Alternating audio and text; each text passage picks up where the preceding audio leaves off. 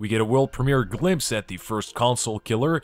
Ubisoft is still digging their own grave, and these guys figured out a way how to actually kill yourself whilst gaming. All of this and more today on Debrief.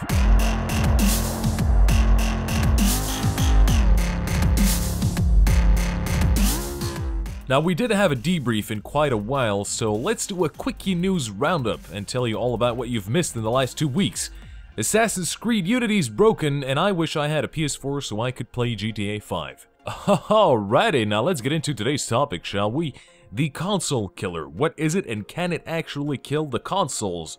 Well, let me present to you the Alienware Alpha. It is a PC magical box that is 100% driven by a controller with a PC version-friendly interface, meaning you will never have to worry about seeing any type of Windows-looking window on screen. That is a lot of windows in one sentence. The machine will have its own user-friendly OS, and testers have already said that the initial setup is a piece of cake. The entry-level machine will come at a very competitive price of $545, and boy oh boy, will it give you your bang for your buck. Playing games like Batman Arkham Origins and Metro Last Light Redux at 60 frames per second in full 1080p, something that our current consoles are unfortunately unable to do.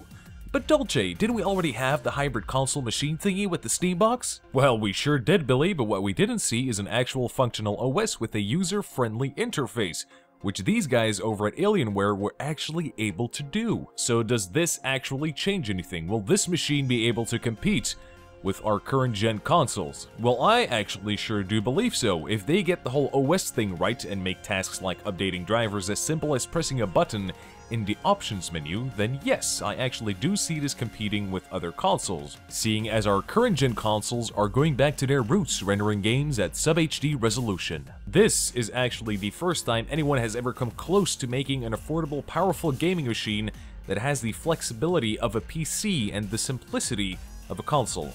I will leave all the details about this glorious piece of technology in the description.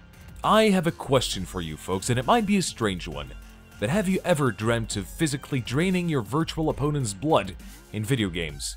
If your answer is yes, then Christmas came early for you, my friend. Go out there and treat yourself to some blood sport. It's a nifty piece of technology that makes gaming and medical hardware come together.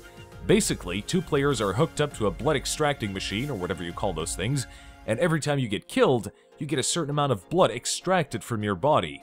It sounds equally awesome and terrifying, if you ask me. The idea around the project is to make blood donations a whole lot more fun and competitive, I guess. Well, I do know one thing for sure, and that is that it made 1v1 on shipment a whole lot more interesting.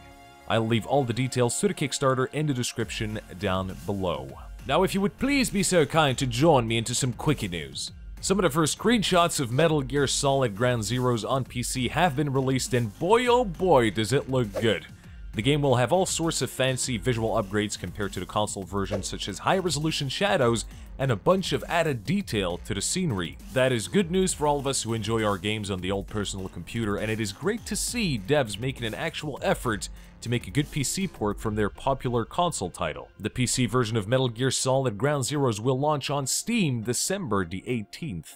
All praise the Lord Gaben, because the autumn sales will commence this Wednesday, November the 26th, according to PayPal. Be sure to let me know all about the games you would like to get on sale in the comments down below. I know what I won't get. It's Assassin's Creed, because, you know, Ubisoft. Ha! Now let's dedicate the last part of this episode to a new segment called Funny, Weird, or Both, where you guys can submit a video, article, or story that you either find funny, weird, or both. Pretty neat, eh? And today's submission comes from a friend of mine called Exopolitics. Most of you who tune into my live streams will already know who I'm talking about. He recently made a GTA 5 video where he shows us that firefighters do not only swing their hose at fires, but can also swing a mean fist to the face.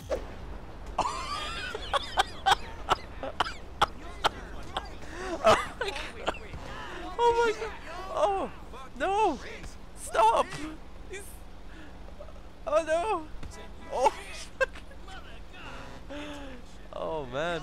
He just started his channel and makes all sorts of funny video game related content, so if you do enjoy all that jazz, be sure to check him out. I will link him in the description. Well, that's all for today's debrief. I hope you fellas enjoyed, and let me know in the comments if you would be interested in buying one of those living room PCs. Let me know all about it. This has been Dolce for Debrief. I love your face. I'm not supposed to say that because it's not a regular video. I will see you in the next one.